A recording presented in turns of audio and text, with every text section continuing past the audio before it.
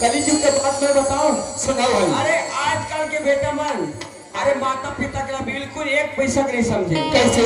अरे ऊपर साथ व्यवहार करते। अच्छा अब मन में क्या विचार करते बताओ? क्या विचार करते? अजी बेटा कहे दादा कब मरी,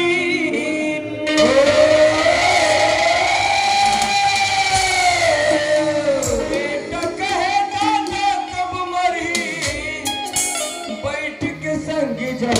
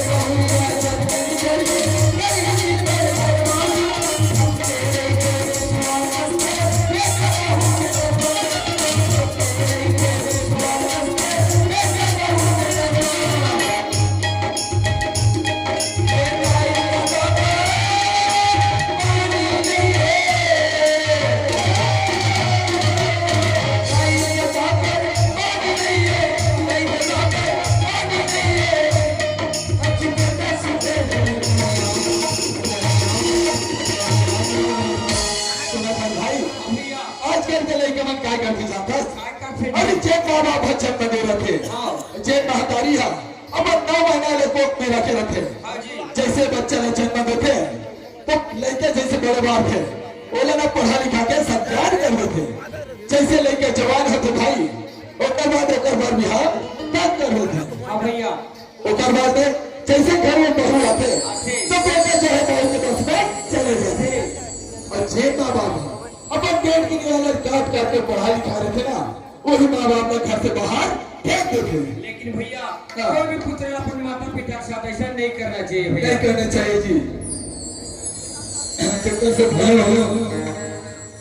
बंचोर परिवार की ओर से कुमारी निशा बंचोर, कुमारी किरण बंचोर और भावेश बंचोर, श्रेयांश बंचोर आपने 50 रुपये का प्रोत्साहन हमें प्रदान किया है।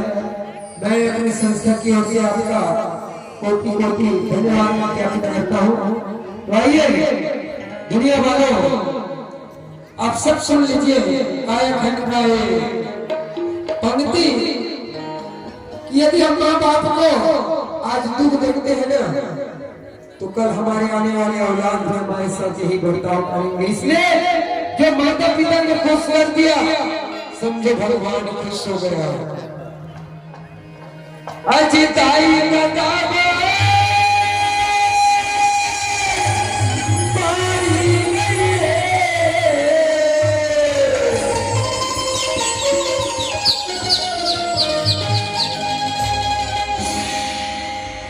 अजी बेटा सुख